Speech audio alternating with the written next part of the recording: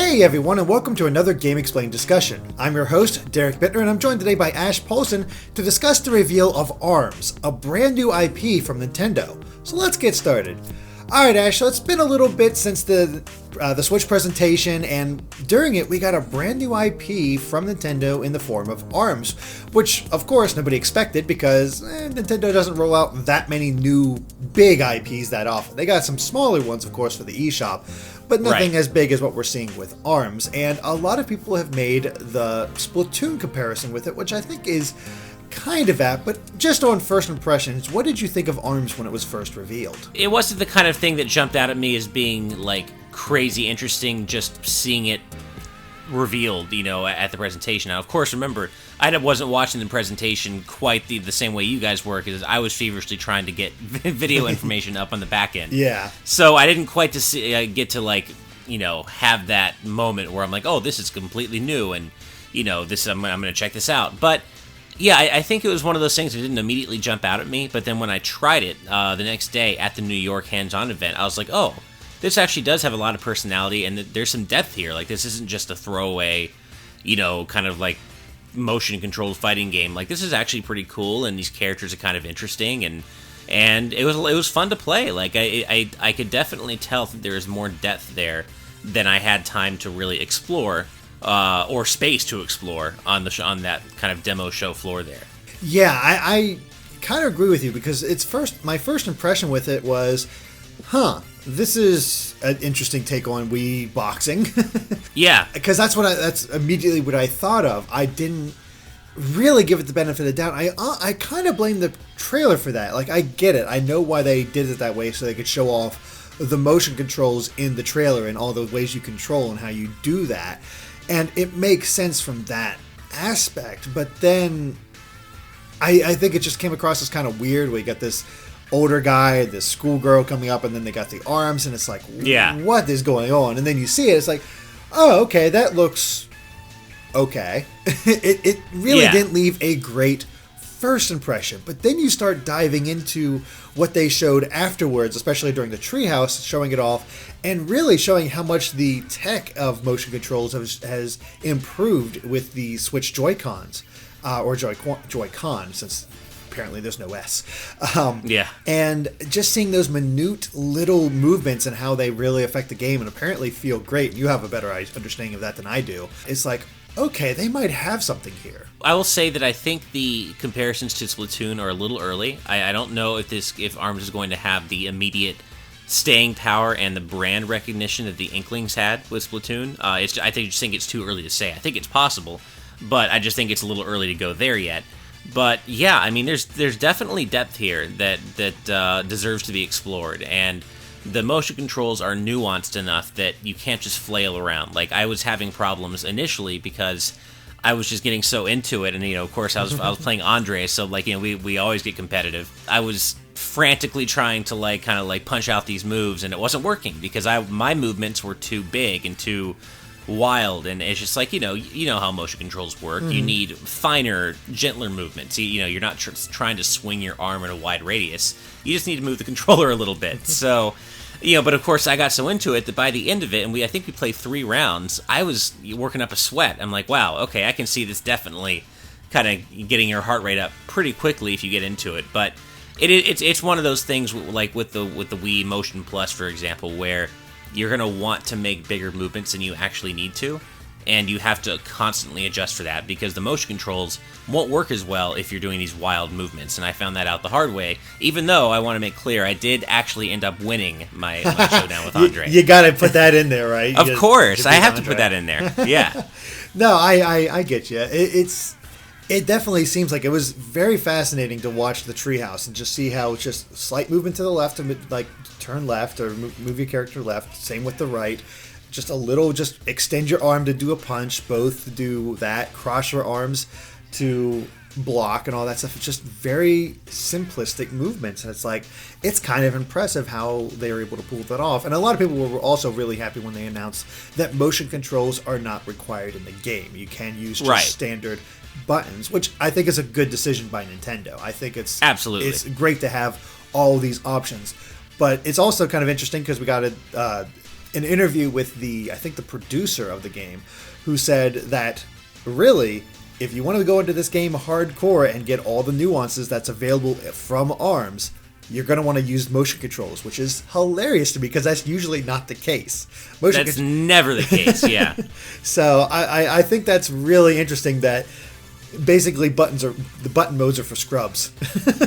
But yeah, I mean, I could see that after having played it, I can see where that might be the case. I mean, of course, that could just be marketing fluff, and the game may come out and it's obvious that button controls are that provide superior control over your character. But having played it, I can see how. I mean, the way that you move your character by holding the Joy-Cons in that specific way and kind of tilting your hands, it's very nuanced and it's very specific, and I can see that actually offering more control over your character than traditional button controls. Kind of like how Splatoon 2 or Splatoon 1, either way, with the motion controls on. Typically, I don't like motion controls for games that require precision, but Splatoon, I gotta say, the motion control aiming, I kind of prefer it. Like, it offers you more finer control over your camera than I think a right stick or a thumbstick does, personally.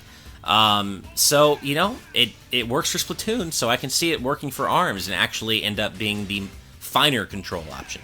It felt natural in Splatoon. It just kind of worked it out. And if they can pull that same kind of thing off with ARMS, that'd be amazing. I mean, the biggest one I could see, like, I'm not quite sure how you do this with buttons, is how you punch forward and then you can, like, tilt the controller after you punch to curve it, too. And, like, how would you do that with buttons unless you, like, push one and then, like, use the analog sticks to That's what I'm curve thinking. your punches? And, I mean, it's possible, but I don't know. There's something just so natural about extending arm, twisting wrist, and then you get good punches in. I don't know. I could see it being a lot of fun. I think it will be. Now, at the same time, I can also see, like, in a party setting, if you just want to get together with your friends and play a few rounds of ARMS and you don't want to necessarily fuss with the motion controls, I can see that too. Or if you're just like, say it's been a long day at work and you want to come home and just chill out for, with some ARMS, then I can see, why you wouldn't necessarily want motion controls, and that kind of feeds back into what you said about them including traditional button controls being a good thing, because that way everybody wins. Because, there are times where people who do like motion controls might just want to chill back and not have to put in that physical exertion necessary. So I think it's good that we have both options, even if motion controls really do end up being the superior option control-wise. Yeah, absolutely. And, it's also kind of inclusive, because if we're looking at a disabled person who can't extend their arms as much, but they can hold a controller, push the buttons with their fingers, they can play it as well, and that's great. I mean, there's been a real push for that kind of thing amongst the community, just to help be more inclusive, so everybody can enjoy it. And it's great to see, and I think it's really smart by Nintendo, and it looks fun. It really does. Yeah, and one thing I'll say as well is that it really does show off the versatility of the Joy-Cons. Like, prior to playing ARMS in New York, I hadn't really realized that the Joy-Cons had so many different ways they could be held. I mean, I knew there was the regular way, and I knew there was, like, the Joy-Con grip, but that's almost kind of holding it the same way, and then there's holding it sideways like a Wii Remote. I hadn't really realized prior to that you could hold it kind of sideways but vertically and kind of use motion controls in that way and have your thumbs rest on the shoulder buttons. Like, I've said this before and I'll say it again, the engineering of the Joy-Con just impresses the hell out of me. There are so many different ways you can hold this controller, and they accounted for every single one of them in terms of where the button placements are on these tiny, tiny little controllers. It's really, really impressive. It sounds it. And it felt, was it comfortable to hold it that way? Yeah, it felt flush to my hand, and it felt, like it natural. And I have really big hands, so, I was worried prior to playing the Switch that the Joy-Cons were going to be way too small for me. And it seems like it's like 25% shorter than a Wii Remote, so it doesn't seem like it should be able to be held that easily. Well, by large hands, but no, I've had really no problems. That's great. I mean, that's really exciting. So far it seems like control-wise it'll be fine, but we still don't know much about the game itself. We know we have 5 characters confirmed, with more on the way, and we know that we can change up the glove options and each one has different effects and ways that it can be great or have kind of a weakness. Then there's a few stages and whatnot, but we know there's online, and we know there's single player, and we know there's local. And right. I'm kind of curious how fleshed out single player is going to be, because this does feel like it's going to be one of those where it's just you get the most out of it playing online or playing with friends. It does. I mean, I could definitely see this game falling into the Pokken Tournament pitfall. And I say pitfall loosely. Of course, I know that game was received very well in terms of the competitive scene and the actual gameplay, but we all know that the single-player portion wasn't exactly the most robust part of that game. Yeah. And I can see ARMS falling into the same pitfall, where it's got a great base gameplay system and the multiplayer is tons of fun, but the single player might not be quite as interesting. So I hope that ends up not being the case. They, and it could go the other way. They might be working on this, crazy, detailed story mode with fun cutscenes. One thing I can say is that the character designs are really endearing, and I would not mind seeing, playing through a short little fighting game story starring these characters. Like, it's a kind of a cool world. It gives me kind of like a comic, like a comic book vibe. And it's fun. Like, I would totally play through a cheesy story mode starring these characters. Yeah, absolutely. I mean, you got the standard boy with, I think it's like Springman, his name is, and then you of course got Ribbon Girl, so you got the two sort of generic ones to start out with. But then you get some crazy ones with Ninjara, like a ninja with chain arms. Master Mummy, which is our big brute, but he's also a mummy, which is kind of brilliant. You don't really see that too often outside of like Darkstalkers or something like that. And then of course Mechanara, I think her name is, or Mechanica. Mechanica. Yeah. Who's just in a giant robot. And of course, that's our that has to be a character type of all the time now, thanks to Tron Bonne and Marvel vs. Capcom and Diva from Overwatch. Yeah, no, Diva was actually the first character I thought of when I saw Mechanica, and then I actually had a friend or a fan on Twitter tell me, "Oh, well, what about Tron Bonne? Like Tron Bonne DLC?" And I'm like, "Oh my god, you're so right. That is perfect." And not only that, Springman DLC. I want to play as the OG Springman for Mega Man 7. Of course, this will never, ever, ever happen. But I'm just like, when I heard Springman, I'm like, you mean Springman like the Robot Master Springman? This is cool. So, no, like this is Capcom Mega Man crossover DLC waiting to happen with these character designs, and it'll never happen. But I want it to so badly. It would be kind of cool just to see it, especially like having one of the, like you got those yellow boxing glove types. Just put the Servbot face on them. That would be absolutely perfect. No, and actually, like the whole kind of aesthetic of the game in general, I think reminded me, and I think Andre as well, of Overwatch. Actually, like I think the Overwatch vibe and inspiration is pretty clear. I mean, Mechanica to me reminded me so much of Diva and actually May. Just kind of like her face and the way she, I don't know, I'm getting just the way the characters look and kind of like that anime pop art vibe is just, it's giving me a very much an Overwatch vibe, and I'm sure that's intentional. It's a very soft look, and it's one of those that just pops. All the characters really do stand out, even our generic ones with Springman and Ribbon Girl, and it all just works. Is there a clear favorite for you yet? Not quite yet. I think I'm leaning toward Ninjara right now, but I don't... either Ninjara or Mechanica. I really like Mechanica's design, but typically I don't really like slower, heavier characters in fighting games ever.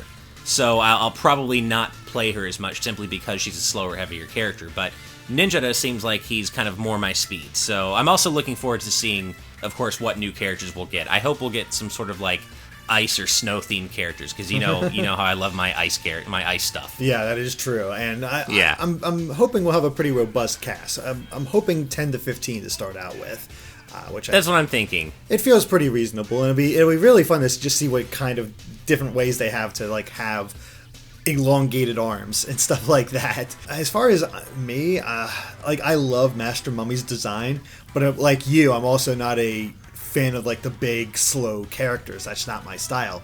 So because of that, I'm also leaning towards Ribbon Girl. To have that sort of speed, because I just naturally go to those the girl characters in fighting games because I love fast, quick hitting characters. Right. So yeah, we'll see how it all goes. But I love how there's like even more strategy. Like you have your character and they have their own special abilities and what they can do, but then you change up their gloves and all of a sudden it's completely different how you have to strategize. Yeah, because I mean you were just saying you prefer kind of light rapid characters, you could potentially pair that with the big gloves and have like this small rapid fighter who is kind of spacing you out, but is also throwing these these big brutish punches that can't be knocked aside easily. So it's interesting. I wonder if the different gloves will affect your movement speeds and other things independently of the character as well. Maybe it's totally possible, because I can't imagine. Like, I have to imagine that big wrecking ball glove would weigh down Ribbon Girl or even Springman. Yeah, or really anyone other than Mechanica or Master Mummy. So yeah, I'm feel like the gloves, just to keep the balancing in play, I feel like the gloves would have to affect the character's parameters in some way, but perhaps not. I mean, we really don't know too much about how the inner workings of the balancing have gone. So perhaps not. But yeah, it just seems like with the potential combinations you could unleash, there would have to be some sort of counterbalancing in effect. Mm-hmm. Yeah, that would make a lot of sense, and I love some of these designs. We got a fire glove, we got that huge wrecking ball glove. I love the missile launcher glove, where it's like you send it out and it has like 3 smaller ones going out. The revolver, yeah. Yeah, they can easily be knocked aside, but I just love that idea of like sending out multiple punches to really make them try to dodge. Yeah, it's cool. It's like the opposite of the big glove, where it's like this one massive thing that's harder to knock aside. Mm-hmm. So I agree with you. I love the revolver, and I'm really liking the salamander glove too. Like the stretchy one. I think that's what it's called. Is the salamander, and it's like stretchy and it can curve, and it's just really interesting. Like, it looks like a mitt, almost like an oven mitt, but it like stretches, and it's cool. Like, there's some really interesting creativity on display here. Yeah, absolutely. And I love, there was that other one that sort of like has a curve punch where you can get around, like they're hiding behind poles and you can go down that pole. I think that was the boomerang. Yes. Oh man, there's so much, like, there is depth here. That's the great thing to see, that you can already see, like, simple to pick up, but there might be more depth than you'd be expecting, and it really seems to be the case. Yeah, like, for example, the fire punch that we see at the first part of the weapons or the gloves trailer, that seems to not really have any special properties other than setting the target on fire and doing some chip damage. So it does a little extra damage, but it doesn't exactly have any special properties. So it does seem like really carefully selecting your glove style and, before you go into a match is going to be somewhat important, because it really does seem like it's going to affect what you can do versus what you can't from match to match. And you can even mix and match. Like, you don't have to get 2 wrecking balls or 2 fire gloves. You can have a fire glove and the missile launcher glove, or the revolver glove, I guess it's called. And that's great. No, like, and given all these combinations, and I'm assuming there will be more gloves that they're going to reveal down the line. I feel like the sweet spot in terms of this of the game's initial roster feels like it's like 10 to 12. Because you got like a pretty decent initial roster, and then you've got all these different glove types to kind of mess around with and experiment with. So, yeah, like I'm wondering if, well, of course the game allegedly comes out within, like April or May. Yeah. So, or April potentially. So I feel like if there are at least 5 or plus more characters, they're going to have to start revealing them pretty soon. I wouldn't be surprised if it got its own direct at some point this year, before it comes out. I wouldn't be surprised either. That seems like the kind of thing they do for ARMS, because they want to build that new brand, that new IP up, and they did the same thing with Splatoon. Yes, and I think that helped a lot too. Just get people excited, and they like do a ring announcer, like give us a better idea of what this world is like. I think this game has a lot of potential. Like you, I'm not sure if it's going to hit the same levels as Splatoon, but I think it has that potential. If it can get that sweet spot and get people intrigued, especially since there's really nothing else around it for the Switch, it has a golden opportunity, I think. I agree. There's nothing else like it for the Switch. There's really not a whole lot like it on any console, to be honest. And yeah, there's not a whole lot like it on the Switch for it to compete with. And it really does seem to have gained a lot of traction very quickly. Like, I feel like it's taken with people. It's caught on. It's kind of, it's definitely on people's minds. It's not something that just kind of went and just kind of like, okay, what was that? Like 1-2 Switch. I don't feel like 1-2 Switch has caught on. I don't think I've talked to a single person, literally, who's like, oh, I'm absolutely going to go out and buy 1-2 Switch. I can't wait. But people are like, I've talked to so many people who are like, oh, ARMS looks cool. I'm so excited about it. Like, I've been following the thread on GAF as well, just to kind of get the temperature of it, and people are hyped about it. So I think ARMS is definitely, I think Nintendo still has a ways to go to get it to the same level of mindshare as Splatoon and the way that was right before release, but I think there's a chance here. Nintendo's definitely been able to have it catch on. Yeah, I think they've tapped into something, and that's great to see. Like, because let's be honest, I mean, let's go back to your favorite subject, Smash Brothers. These characters would be perfect for Smash Brothers. Yeah, I mean, well, I agree and don't. I mean, I agree that they would be perfect aesthetically for Smash Brothers, but I don't think they have the legacy, the power yet to be part of the Smash Brothers roster. True. They don't have that history yet. True, very true. But we'll see. I mean, let's be honest, it's going to be a very long time till we get Smash 5. So yeah, I mean, I think, assuming we're getting Smash Switch with a couple of new characters, I would want to see it, no matter how ARMS ends up being, even if it's like awesome, I would want to see Inkling get in. Oh yeah, absolutely. Way before an ARMS character, just because that needs to happen first. That they're next in line. I wasn't even thinking Smash Switch. I was thinking Smash 5. Oh, okay, so like way down the line. Exactly. Yeah. Way down the line, we'll see how these characters do and whatnot. But I could still see their potential as fighters. But still, it's great. Like I said, it's great to see. And I guess before we wrap this up, are you completely sold on the game, or do you still need to see a little bit more before you decide, like, I need to pick this up? I think I need to see a little bit more. I think this is the kind of game where I don't see myself, like, I don't know if I'll get really, like, competitively good at it. I kind of doubt that I will, so I don't know how often I would actually go online to play it. I feel like this would be the kind of game I'd be more likely to play it locally with friends. So that would kind of depend. A purchase would depend on how much it takes with them. And I just if there's not a fairly robust single player mode, and it really is just like online, then I don't know if that's going to sway me. I might wait for like a discount or something, such as it is, because it's a Nintendo game. Yeah, they don't get discounted much. Yeah, exactly. So, I don't know. I'm still slightly on the fence just because it's just not the kind of game I would normally... Well, I don't know if it's the kind of game I would normally just boot up and play by myself. So that's kind of what has me on the fence. I think I want to know a little more about the single-player options before I say I'm going to jump in. But it just from a gameplay standpoint and from a visual standpoint, it's definitely on my radar. And I really liked what I played at New York. It was fun, and like I said, it was immediately apparent when I was playing with Andre that there was a lot more depth there than I had time to explore on the show floor. Yeah, I'd say 90% sold on this game, because the multiplayer does seem to be pretty awesome and pretty great, and I could. It's one of those games I could look at as like, hey, I actually might be decent at this fighting game. I might stand a chance if I go online. That'll be fun. Exactly. No, like if I get good enough at it, I could see myself wanting to play this online. But you're right. The single player is the thing that gives me pause. I hope it has something, or at least like give me a cheesy story mode for each character, and I'll be happy. Yeah, it doesn't have to be anything super in depth. I don't think we're asking for like Mortal Kombat XL levels of story mode here with like full cutscenes. Just something fun and breezy that just kind of helps flesh out this world and these wacky characters. And I guess that would be the other thing that just I would want to know that there are at least a few more characters coming. Like I know they say more, but and I'm sure there are, but 5 is a fairly small number for it's a very small number for a fighting game, even a fighting game like this. So I think I'd want to know that the roster size is gonna get closer to 10 or so, I think, before I'm like all in, because I could see, as fun as it is and as it was in New York, I could see the game getting a little stale if you're working with a roster of like 7 characters. Yeah.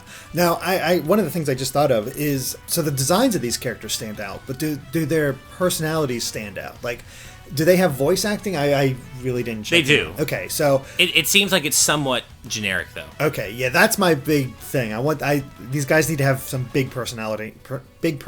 I think the designs are good, but the personalities need to match. Like we need something like Street Fighter-esque, like go home and be a family man or something like that. Yeah. Now, I mean, to be fair, I don't know if the voices really have a chance to shine in the context of the trailer, but so far the voices do seem very generic. Hopefully we'll see. That's another thing. You need big personalities for fighting games, and you really do. The designs are there. I need to see the personalities. Yeah, no, and the designs are definitely there. Like aesthetically, ARMS is already there. It's just a matter of kind of bringing the personalities in as well. And that's something I think that a a well-considered story mode could really help flesh out. Like, I think these characters could really shine in a story mode that's, as long as it doesn't overstay its welcome and it's fun. Mm-hmm. The example I give for just having personalities that stand out is I picked up the original BlazBlue and played it with a bunch of friends because I had more local friends at the time before they all moved away. And we were sitting down and we just jumped right into multiplayer to just test out the gameplay, how it was.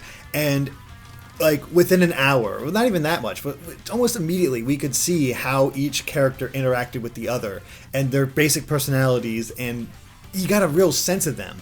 I mean, it also helps that the first match we had was between Tao Kaka and I believe it's Lychee. I don't know if you've ever played BlazBlue, but the first thing Tao Kaka says when these two are fighting are, "It's the booby lady," and I'm like, "Oh my God, what the hell?" And like right there, that's that character.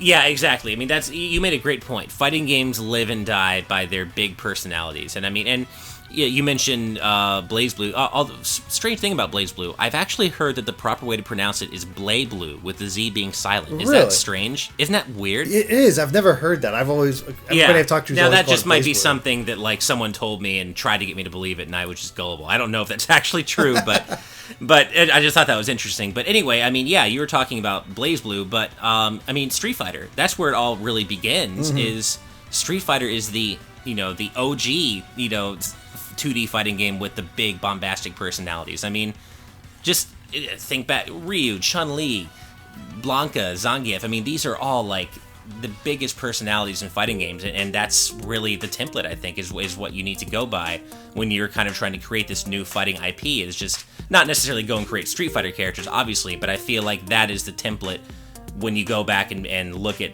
the original fighting game with its giant personalities, and that's really... Yeah, so I think ARMS is onto something with the visual diversity they've established so far, but I definitely want to see the kind of the personalities come to match. Absolutely, I think that's the biggest hurdle that they have to go with right now. And as you said, single player could definitely help solve that, but that's the big unknown. Yeah, and actually, as I mentioned, Street Fighter that. It kind of brought something else to my attention, and I was talking about visual diversity, and that's true silhouette-wise and colors-wise, outfits-wise, but I hope to see some actual diversity injected into the roster in terms of race as well. Yeah, I mean, we got a purple man. We do, yeah. We do have a purple man, which is cool. But yeah, I think that would be cool. Like one of the cool things I've always thought is great about Street Fighter is that there's so much diversity in the cast now in terms of where all the fighters come from in the world. So I think it'd be kind of cool to inject a little diversity into the ARMS roster in that sense. Yeah, absolutely. It would just having having different fighting styles, or exactly. Ideas going into these fighting styles, and you do that by having people from all over the world. It's great. Yeah. So we'll see. Yeah. But any final thoughts on ARMS? No, just that I think they've really tapped into something here, and it sounds like you agree. So I'm looking forward to seeing kind of how it evolves and the new characters we end up getting introduced to. And I really want to like this game. I really want it to deliver on its promises because I think it's possible. Yeah, I'm in total agreement there, just because I really can see the potential of this. It had a rough start, I believe, as far as where it was first presented, but as you see more of the game, I think it starts clicking in your head and how this works and how much fun it really could be. So looking forward to it, looking forward to more information coming out. But all right, I think that covers it for our ARMS discussion. So thank you for watching, and if you like this video, be sure to like us on Facebook and Twitter at GameXplain. And of course, be sure to subscribe to GameXplain for more on ARMS and other things gaming too. Till next time, bye.